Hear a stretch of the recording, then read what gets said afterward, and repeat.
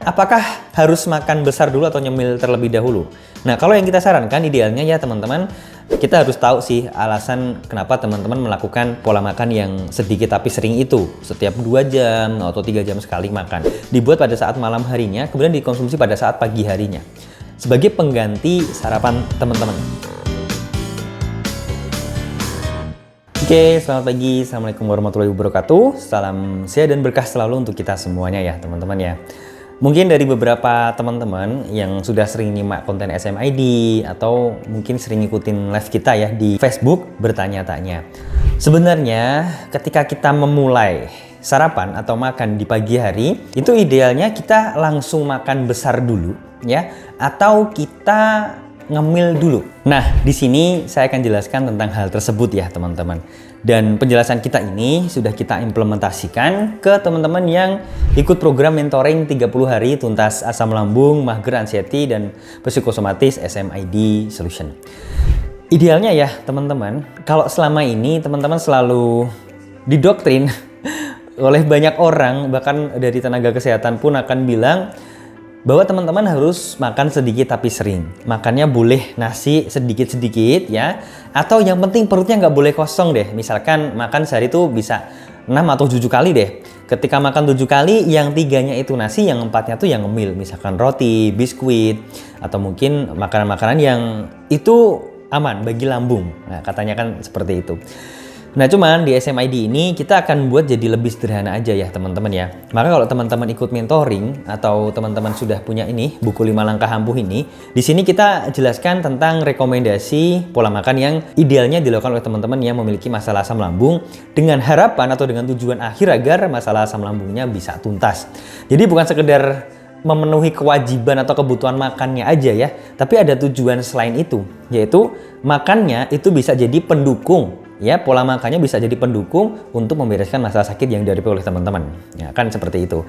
Karena gini, ketika teman-teman memiliki doktrin dan masih meyakini bahwa makan sedikit tapi sering itu membuat teman-teman sehat, kita balikkan aja faktanya ke diri teman-teman. Apakah benar ketika teman-teman sudah rutin melakukan hal tersebut, makan sedikit tapi sering, sekarang sudah sehat, sudah sembuh gitu ya, dan tidak ada sensasi gara-gara asam lambung yang naik lagi? Nah, itu perlu divalidasi ke diri teman-teman sendiri. Kalaupun iya sudah sehat ya alhamdulillah, berarti itu rezeki teman-teman.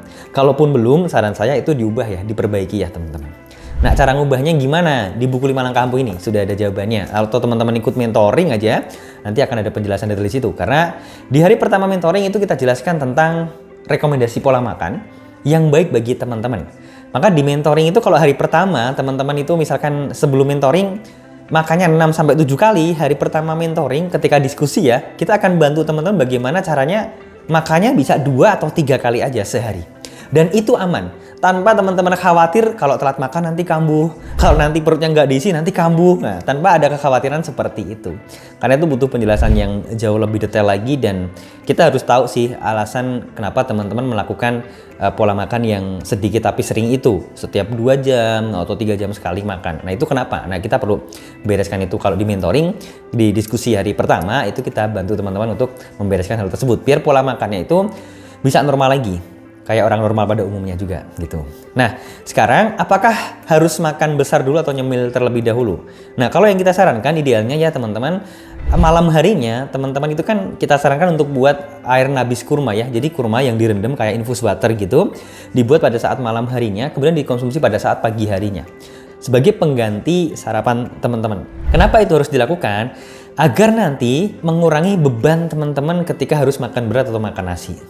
Jadi kayak replacement gitu ya teman-teman, ya pengganti untuk sarapannya. Meskipun nanti sekitaran jam 9 sarapan lagi sih atau jam 8 lah tetap sarapan lagi. Tapi paling enggak minimal pada saat pagi hari kebutuhan karbo, kebutuhan protein teman-teman sudah tercukupi lewat infus water tersebut. Gitu ya. Jadi apakah itu dianggap sebuah camilan atau apa? Oh, sepertinya enggak sih. Yaitu dianggap sebagai sarapan pagi cuman dengan cara yang lebih praktis ya mungkin dan tidak terlalu memberatkan bagi lambung gitu. Kemudian nanti barulah sekitar jam 8 jam 9 tuh teman-teman baru sarapan, makan nasi lah. Lauknya apa aja ya terserah teman-teman ya. Kalau masih bingung tentang makannya, simak dulu video kita yang ini ya tentang bagaimana sebenarnya cara makan yang baik. Biar teman-teman nggak bingung lagi, nggak takut juga untuk makan makanan yang dipantang. dan nggak cemas-cemas lagi ketika mau makan gitu. Jadi bisa menikmati makanan tersebut dengan nikmat gitu, nggak ada takut-takut lagi. Kemudian ketika siang hari teman-teman makan siang seperti biasa, it's okay. Tapi ingat ya teman-teman, diusahakan kalau teman-teman makan siang, habis makan siang itu jangan langsung berbaring atau tidur. Kenapa? Karena itu sangat akan memberatkan kerja dari lambung. Idealnya teman-teman kalau mau tidur siang, itu tidur dulu ya, kemudian barulah setelah bangun tidur makan siang. Nah setelah makan siang sampai sore, ya diusahakan aktivitas ringan lah, jangan dibuat untuk tidur. Karena polanya ya teman-teman, kalau teman-teman habis makan siang, terus tidur, jedanya nggak sampai setengah jam dari makan siang ke tidur siangnya, nanti sore hari itu akan muncul banyak sensasi. Nah kalau sore hari sebelum maghrib muncul banyak sensasi, pikiran teman-teman kan kemana-mana nih.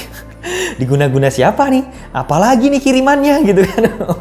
Jadi malah bikin suudzon sama orang lain. Nah kita nggak pengen teman-teman seperti itu.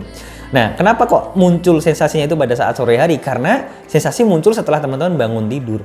Diakibatkan asam lambung yang naik ketika setelah makan siang, teman-teman tidur siang. Karena jedanya belum lama, makanan ini belum terproses dengan sempurna di lambung, kemudian membuat asam lambung naik dan memunculkan sensasinya.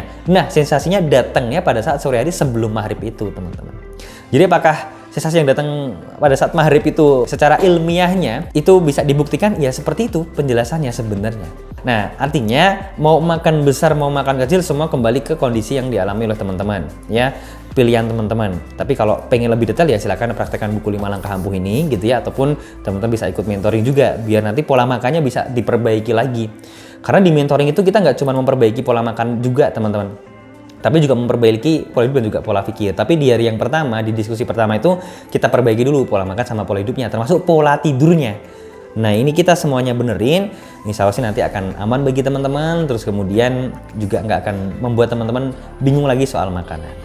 Nah, kalau teman-teman yang memiliki masalah berat badannya yang turun drastis, yang baper ketika ketemu siapapun itu, kalau saran kita sih juga silakan rutinkan konsumsi MyActiveAid ini, gitu ya. Ini adalah formulasi yang sekarang kita buat jadi jauh lebih praktis, yang sudah dibuktikan oleh member-member SMID yang dulu kita kasih formulasinya ini, tapi sekarang kita buat jadi MyActiveAid ini, gitu ya, yang bikin teman-teman nanti insya Allah badannya jadi berisi dan nggak baper lagi. Kapan konsumsinya? Idealnya pagi setelah teman-teman sarapan dan malam setelah teman-teman makan malam. Insya Allah ini aman bagi lambung karena tidak ada lemak jenuhnya ya, yang biasanya itu memberatkan bagi asam lambung. Nah ini nggak ada lemak jenuhnya teman-teman, MyActiveAid ini ya, jadi aman bagi lambung, kemudian bisa membantu BB teman-teman untuk naik lagi. Nah gitu. Semangat ya teman-teman ya. Salam sehat dan berkah selalu. Wassalamualaikum warahmatullahi wabarakatuh.